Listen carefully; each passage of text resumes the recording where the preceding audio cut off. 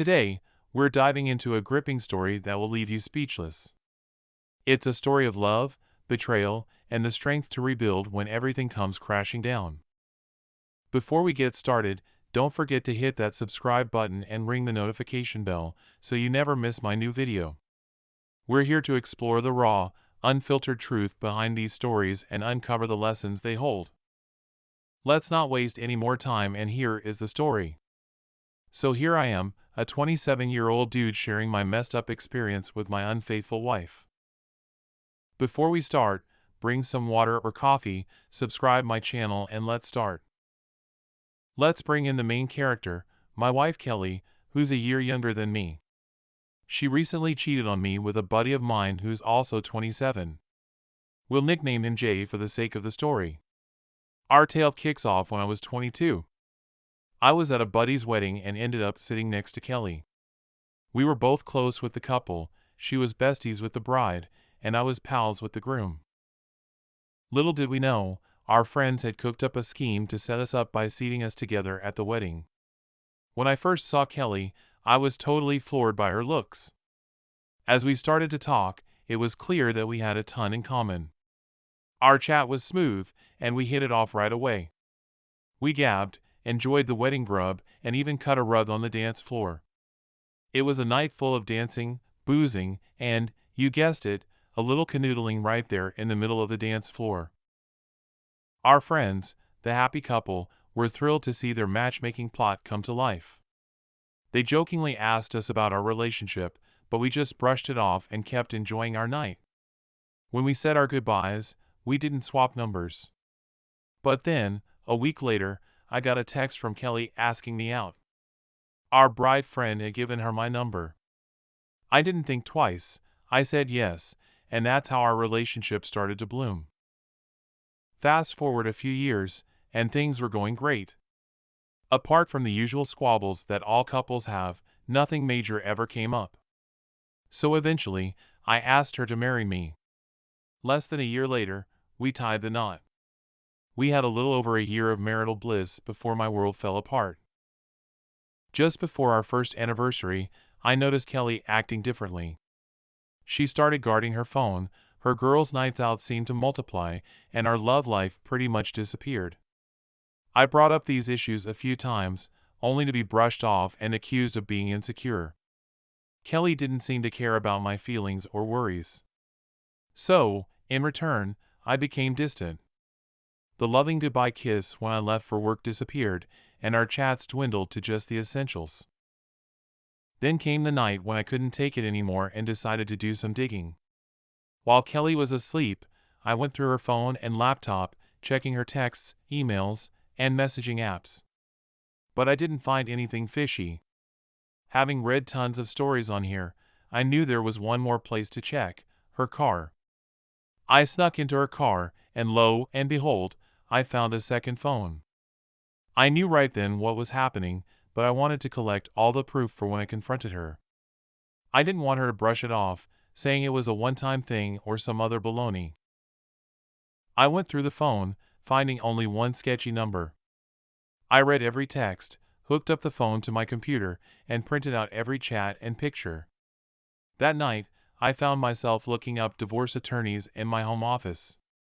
I spent hours checking out lawyer bios until I found one I liked. I shot him an email, but since it was a Saturday, I wasn't expecting a reply. My curiosity was through the roof. I wanted to know who the guy was, so I grabbed my phone, dialed the number I'd found, planning to pretend I was Spectrum. But as I dialed, Jay's contact popped up. I felt my world implode. I lost it, yelling and swearing in my office. My wife came in to see what was up. The second I saw her, I yelled at her to get out. I'd never raised my voice or sworn at her before. After that, I stayed locked in my office, silently seething and staring at the wall, needing a drink. I rang up a buddy from the wedding and asked if he'd meet me. He said yes, probably because he could tell something was off in my voice. Without me saying anything, I grabbed all the printouts and headed to the bar. I got there first and ordered 4 shots of Jack and a beer.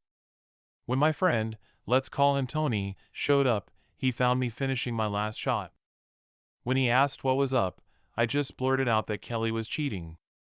He was the one who had introduced me to Jay, and all he could do was apologize over and over.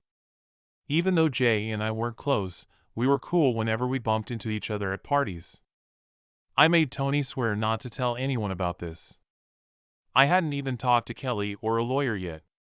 If his wife asked about me, he was to say I was having issues at work. He agreed, and we drank and chatted for most of the night. Around 3 a.m., I called an Uber and headed home. When I got home, I saw Kelly asleep on the couch. Without saying a word, I went up to our bedroom and crashed. When I woke up, she was lying next to me. Not ready to confront her yet, I got dressed and left the house. I made a beeline for my office and drowned myself in work for the entire day. When I rolled in around 10 p.m., my wife was there waiting. She'd cooked dinner and asked if I wanted her to warm it up. I just said no and hit the sack. She followed me, asking what was eating at me. I told her to back off and that I needed some shut-eye, but she wouldn't let me be and kept prodding and trying to get my attention. Finally, I lost it and hollered at her to quit it and let me sleep. The next morning, I got an email from the attorney asking to meet up later that day. I confirmed the appointment and got ready to head out. When I came downstairs, I saw Kelly had whipped up breakfast and wanted to chat. I grabbed a little food and took a seat. She started off saying that I'd been off lately and went on about how I changed. She wanted to know what was up. I told her work was a bear and promised her it would be over soon. After I finished eating, I told her I had to bounce for work. I was watching the clock, waiting for my meeting with the attorney. The sit-down with the attorney went smoothly. I handed over all the proof I'd collected. The attorney told me, "Well, I'm sorry for the mess you're in, but I'm glad you've got all this evidence. You see, we're in a no-fault state, so your wife can't touch most of your dough." I was floored. I hadn't even considered that. I just wanted to get the divorce over with ASAP. I asked the attorney to make copies of the evidence, and he agreed. When I got home, I was ready to face Kelly, but she was MIA. I rang her a couple of times, but no answer, so I shot her a text. "I don't care if you're with Jay right now. Get back here. We need to hash things out." Sure enough, she called back in less than a minute, asking what I was on about. All I told her was to get back here now. She showed up 15 minutes later. "Interesting," I said. 15 minutes is about the time it takes to drive from here to Jay's. What a coincidence. She looked at me baffled. I gave her a minute to gather her thoughts, but she was too busy doing her best goldfish impression to respond. "Cat got your tongue?" I asked. She tried to deny everything and started gaslighting me. As she began to hurl personal insults, I slammed my fist on the table to shut her up. "Check out this mountain of proof I've got," I said, pulling out my stack of evidence. I showed her each printout one by one. She told me to stop and started to cry. She even tried to apologize and said she loved me. "Funny," I said. "You were so gung-ho about tearing me down and throwing insults just a minute ago. Where's that fire now?" She tried to hug me, sobbing about how sorry she was. I put up my hand, telling her to back off. She kept trying to get close, insisting she could fix things and she'd do anything for me, suggesting we take this to the bedroom. "You think we should move this to the bedroom? I'm never laying a finger on you again. And guess who else has these papers? My attorney. I'm divorcing you now. Grab a bag, pack your stuff, and get the hell out of my house." That was 3 days ago, and since then, I haven't heard a peep from her. Sorry for the long story. For those who've been in my position, what should I be ready for next? Thanks for being here with me. Hi, everyone. First off, a huge thank you to all of you who took the time to comment or send me messages.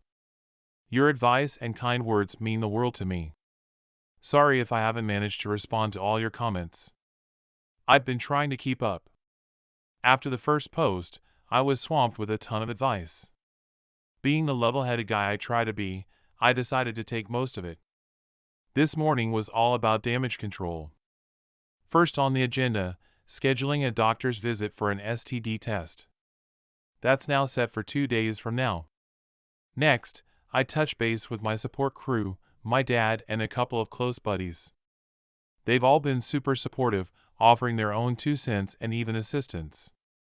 But since I've got this catastrophe pretty much under control, I kindly turned down their help. Then it was time to face her family. I shot a text to her folks, thanking them for welcoming me into their clan and for everything they'd done for me.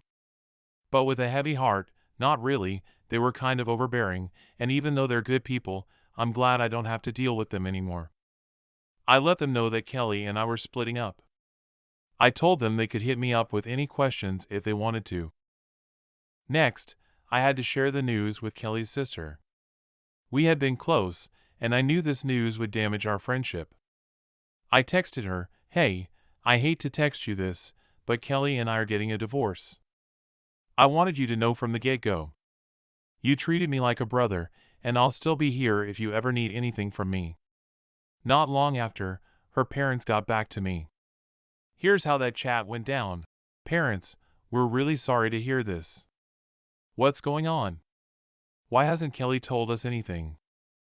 Me, "Kelly's been having an affair for at least a year. I figured she might have clued you in."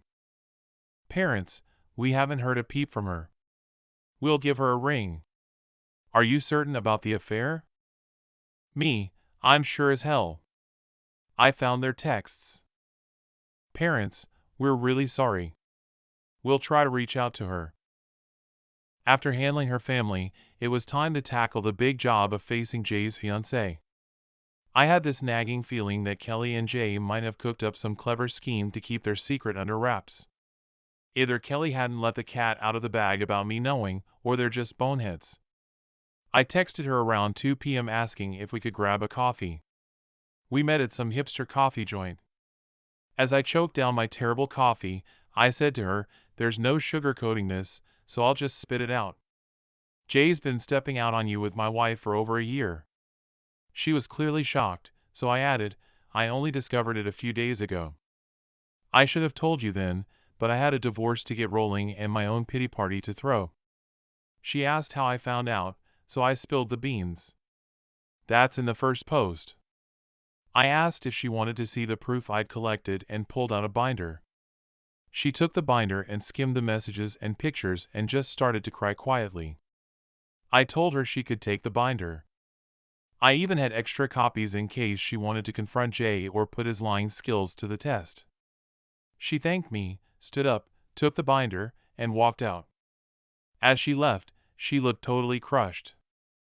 Before she left, I made sure to let her know that if she needed anything from me, all she had to do was ask.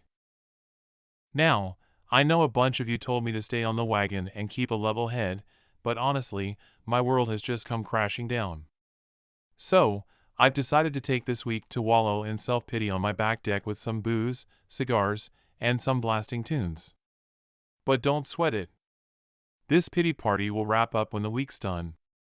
I plan to quit feeling sorry for myself and get back to my regular routine. On a brighter note, I've already boxed up most of her stuff, clothes, jewelry, you name it.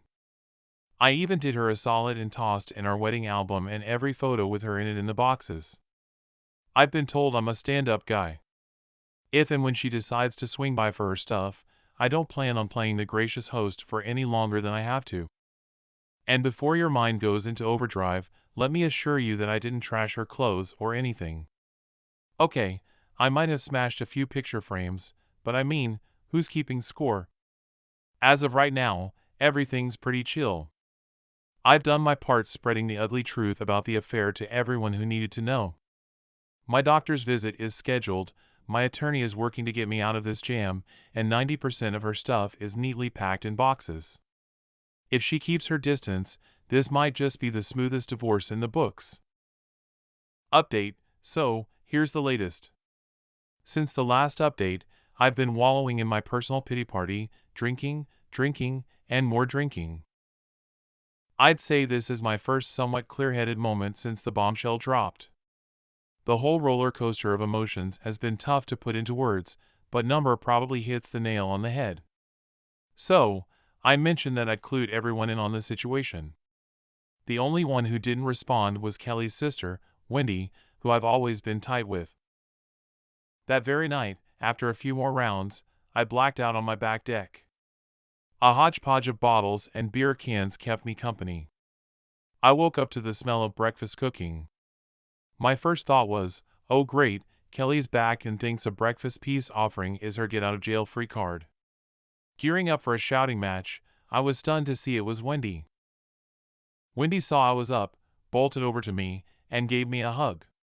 She then guided me to the table and dished up a plate. As I chowed down, she gave me her side of the story. Apparently, Kelly had shown up at her place, playing down our issues as a temporary hiccup. When I texted Wendy about the divorce, she confronted Kelly, who crumbled and spilled the beans. I set her straight. There's no way she spilled all the beans. I then laid out the whole dirty story. Wendy led on that Kelly had tried to pass it off as a one-off slip-up. I made it clear to Wendy that making up with Kelly was off the table and that Kelly should start looking for a lawyer. To my surprise, Wendy had my back. She made it clear that while she cared for her sister, she was my friend too and wasn't going to ditch me. This warmed my heart. Wendy bunked with me for 2 days in the guest room, you rascals, and took off this morning. As she was heading out, I was packing for a trip to my cabin, which I owned before we got hitched, so it's a no-go zone for Kelly. I was grabbing my hunting and fishing gear when Wendy asked to come along. As much as I appreciated the company, I suggested she should probably check in on her sister. She agreed, gave me a hug, and left.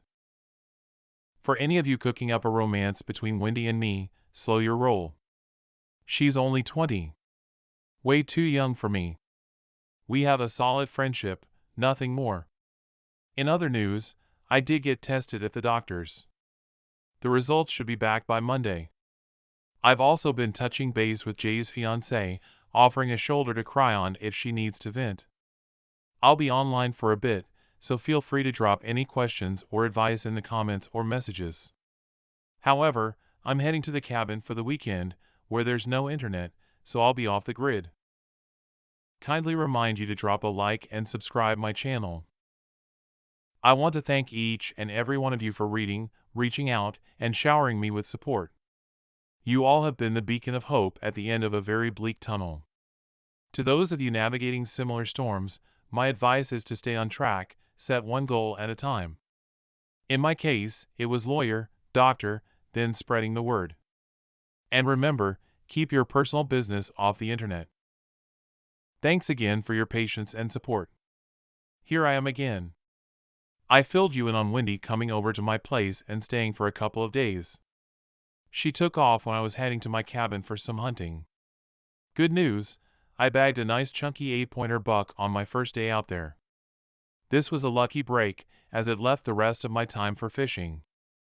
I caught a couple of decent-sized ones, which turned into a meal, and the next one to be butchered. I spent the rest of my stay at the cabin processing my deer and soaking up the natural beauty.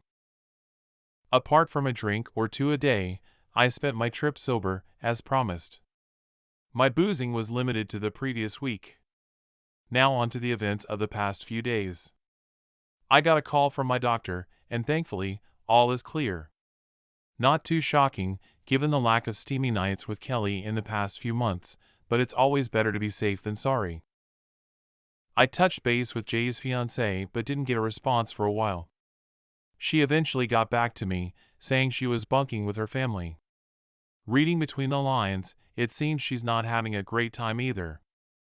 I told her if there's anything I could do, she just had to give me a shout. She asked to meet for coffee, which I was more than happy to do. We met at the same offbeat hipster coffee joint the next day and chatted for about 2 hours. We hashed out everything about Kelly and me. She was curious about the steps I was taking and whether there was any chance of patching things up. I made it clear that cheating was a deal breaker for me, given the selfishness and disrespect it takes to step out, let alone for a year. It was clear Kelly didn't really give a damn about me. When asked about her plan, She said she was all mixed up because everything she thought was true turned out to be a pack of lies. She wasn't sure about her next move, whether to move on or forgive him. I honestly told her that if she could forgive someone for stepping out on her for that long, she's a better person than me. She shared that her family was suggesting that she forgive Jay and go ahead with their wedding. I told her that just because it's what her family wants doesn't mean she has to go along with it. Jay obviously doesn't respect marriage. He cheated on her with my wife. That's a clear sign he's not husband material. I pushed her to do what she felt was right and to make her own choices. I shared that when I found out, I tried to find a way my heart could fool my brain into thinking I could swallow it and forgive her, but I just couldn't pull it off. I encouraged her to trust her gut. From my experience, the brain and heart can sometimes lead you down the wrong path, but gut instincts are usually spot on. She thanked me, and we went our separate ways. The next day, my lawyer let me know that Kelly had been served at her job. Wendy rang me soon after, saying Kelly hadn't left her room all day and was crying in bed. I explained she'd been served and was probably wrestling with the fallout of her actions. Wendy asked about my cabin trip, and I filled her in. After a quick chat, we hung up, and I started bracing myself for the possible storm that Kelly might kick up now that she's been served. So here I am, waiting patiently and stocked up with Advil for the potential headache. I've given my buddy a heads up, and he's agreed to swing by and be a witness just in case things go south. I'm currently writing this, waiting for Hurricane Kelly to potentially rip through my house. If or when she does, I'll update. Things have been a bit of a whirlwind since my last post. About an hour or so after my last post, I was on standby for Kelly to roll up at the house. Given everything that's gone down, I wasn't sure what to expect from her. I checked all the security cams around the house to make sure they were up and running, both inside and outside. I also gave my buddy a ring, letting him know that Kelly was served today, and if she pops up, he needs to hustle over as soon as he can. I wasn't about to end up in the slammer because of this woman. As it turns out, my caution was well founded. Kelly rolled up at the house, pounding on the door and hollering to be let in. I immediately rang my buddy and Wendy to hustle over. She was swearing and pleading with me to let her in. All I could do was chuckle, wondering why she didn't just use her keys to get in. When my buddy showed up, he stayed in his truck and started filming the ongoing spectacle on his phone. His wife, a friend of Kelly's, hopped out of the truck and tried to soothe Kelly. Instead, Kelly slapped her and yelled at her to butt out. This made my buddy dial up the cops. When they rolled up, Kelly tried to play the damsel in distress. She sobbed and told the officers that I smacked her and booted her out of the house. My buddy and his wife relayed what they saw when they got there, but since they didn't witness the initial event, they couldn't confirm or deny Kelly's claims. One of the officers came up to my door, and as soon as I opened it, Kelly pointed at me, claiming I smacked her and demanded they cuff me. I was being slapped in cuffs when I insisted that I could prove her fibs. The officer let me show him the footage from the outdoor cams. After checking out the video, the officer apologized for jumping the gun and assuming I was the bad guy. I told him I didn't hold it against him. Apparently, during Kelly's tirade, she screamed out, "He slapped me," leading my neighbors to ring up the cops too, causing the officers to form their judgment even before showing up. After wrangling with the cops for about half an hour, Kelly was finally cuffed and slapped with charges of disturbing the peace, public intoxication, and a DUI. As the police were leading Kelly to their cruiser, Wendy rolled up. She asked me what went down, so I showed her the video of the whole fiasco on my phone. An officer came up to me, handing me the case number and some other paperwork. Wendy started firing off questions about the charges, so I just ducked back inside. Wendy followed me in shortly after and plopped down next to me. She explained that she had only left her house for 10 minutes to make a quick run to the store. When she got back, Kelly was nowhere to be seen in the living room. She figured Kelly had hit the hay after one too many glasses of wine. Wendy and I chatted for a bit. She asked if she could crash the night, and I told her she was welcome anytime. Wendy let me know that Kelly had to spend the night in the slammer. I'm not sure why, but she could be bailed out in the morning. After I had ducked back inside, Wendy rang up her parents to fill them in on what was going down and to see if they could bail Kelly out since Wendy didn't have the dough. We had a beer and went to bed. The next morning, Wendy had already left to meet her parents. I haven't heard from Kelly, Wendy, or their parents since then, but I can only imagine that they're not having a fun chat. I haven't heard from Kelly since that fiasco, but her lawyer contacted mine indicating that he'll be representing her legally. Finally, we can get the ball rolling on the legal proceedings. Also, I contacted Jay's fiancée to see if there were any new developments on her end. We exchanged a few texts, and she let me know that she had kicked Jay out of her house. Her dad and brother packed up all his stuff and took it to his place. She confided that, while her dad and brother were itching to give Jay a piece of their mind, she asked them to hold off. She wants to put this mess behind her and move on. She appreciated me checking in on her and assured me that her tight-knit group of friends were there to back her up. On Friday, as soon as I clocked out of work, I made a beeline for home. My plan was to spend the weekend at my cabin. When I pulled up, Wendy was in my driveway. She wanted to gather her sister's stuff and had a laundry list of items that Kelly expected to be returned. Almost all of the items were already boxed up or stashed in my garage waiting to be picked up. I made it clear to her that I wouldn't be responsible for any accusations of damage to Kelly's stuff. Instead, I offered to pay for a moving company to come pack and haul all her things. This was mainly because I was cabin-bound and didn't have the bandwidth to deal with Kelly's drama. Wendy was on board with this and wished me a good trip.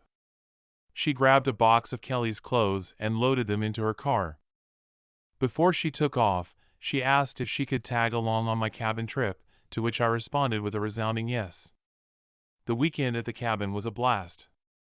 The last time I was there, I realized what a gem that place was, with its stunning vistas and total isolation. It provided a peaceful sanctuary where one could truly unwind.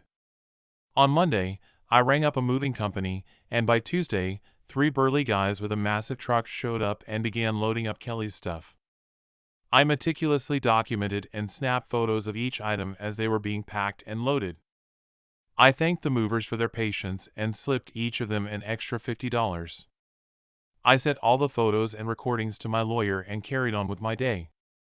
The house feels bare but tidy without all of Kelly's clutter. My lawyer cautioned me not to toss anything that could be deemed shared property, so I relocated most of the furniture to a storage unit. I've been crashing in the guest room since she took off, and only now have I started shopping for new furniture. Most of it will probably end up in the garage now that I've got the room. Despite it all, I don't see myself holding on to the house, even if I get it in the divorce, as it's now a minefield of bitter memories. Thanks for sticking around. Hey gang, here's the latest scoop. A few days after the movers hauled off Kelly's stuff, my lawyer received some legal documents. Apparently, I had somehow wrecked her belongings, and she was demanding that I cough up $1,500, threatening to drag me to court if I didn't. Unfazed, my lawyer quickly shot back at her lawyer with all the videos and photos, asking where these alleged damages were. According to him, this situation just further exposes her erratic behavior to the judge, and while it might be a pain now, it will serve as solid evidence in court. It seems her lawyer wasn't quite ready for the level of thoroughness I bring to the table. I mean, I've documented and photographed everything since I unearthed my wife's infidelity. For some reason, I found myself gravitating towards this page. I read the nightmare stories about what some people's ex-spouses did to them, and I was hell-bent on not becoming another cautionary tale. I've steeled myself for just about any allegation she could hurl at me. At this point, there's little she could pull that would shock me. Kelly has been calling me about every other day, but like a guy dodging a sales call, I never answer. If she leaves a voicemail, I don't even bother giving it a listen. I just forward it straight to my lawyer. Every time I send something to my lawyer, he has a good laugh and tells me, "You are a lawyer's dream. You follow every piece of advice to the letter, and you've amassed a heap of evidence all by yourself." I've never had a client who's been so on the ball. He repeats this like clockwork, but it never fails to put a smile on my face. Knowing I'm handling things right definitely makes this wild ride a tad more manageable. About 2 or 3 weeks back, my lawyer let me know we had enough ammo to bury her without stepping foot in a courtroom.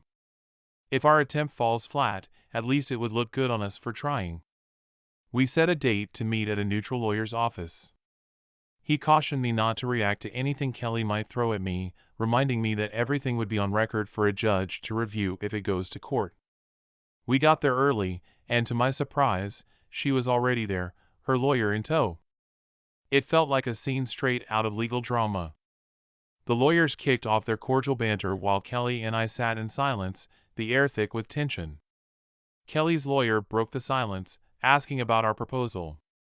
My lawyer, with a scoff that could give any sitcom character a run for their money, responded, "Given the heap of proof showcasing Kelly's unfaithfulness and unacceptable conduct, the only deal we're putting on the table is half the proceeds from the house sale and half of the savings account. That's more than any court would grant you. Basically, you'll leave with what you brought into the marriage." Kelly started to weep, pleading if there was any way she could mend things. I shot back, "You've been betraying me even before we said I do. There's nothing you could possibly do to erase or make up for your actions. Sign the papers. It's more than you deserve, and I want to put an end to this whole charade you've spun." She excused herself to the ladies' room, likely to pull herself together. When she came back, still with teary eyes, she signed the papers and left shortly after. In about a month, everything will be filed, and all that's left for me to do is sell the house. Thank you for joining us today. Like and subscribe and hit that notification bell so you don't miss out on our next video. We'd hate for you to miss it. See you next time. So there you have it, the shocking truth about infidelity and the emotional roller coaster it can put you through. But remember, you're not alone in this. We're building a community here at Truth About Abuse, and every one of our 1,000-strong family members is invaluable. If you or someone you know has been through a similar situation, share your story in the comments below. Let's connect, support each other, and learn from our experiences. We might be 1,000 now, but together, we're a force to be reckoned with. Stay strong, stay tuned, and let's keep unveiling the truth together.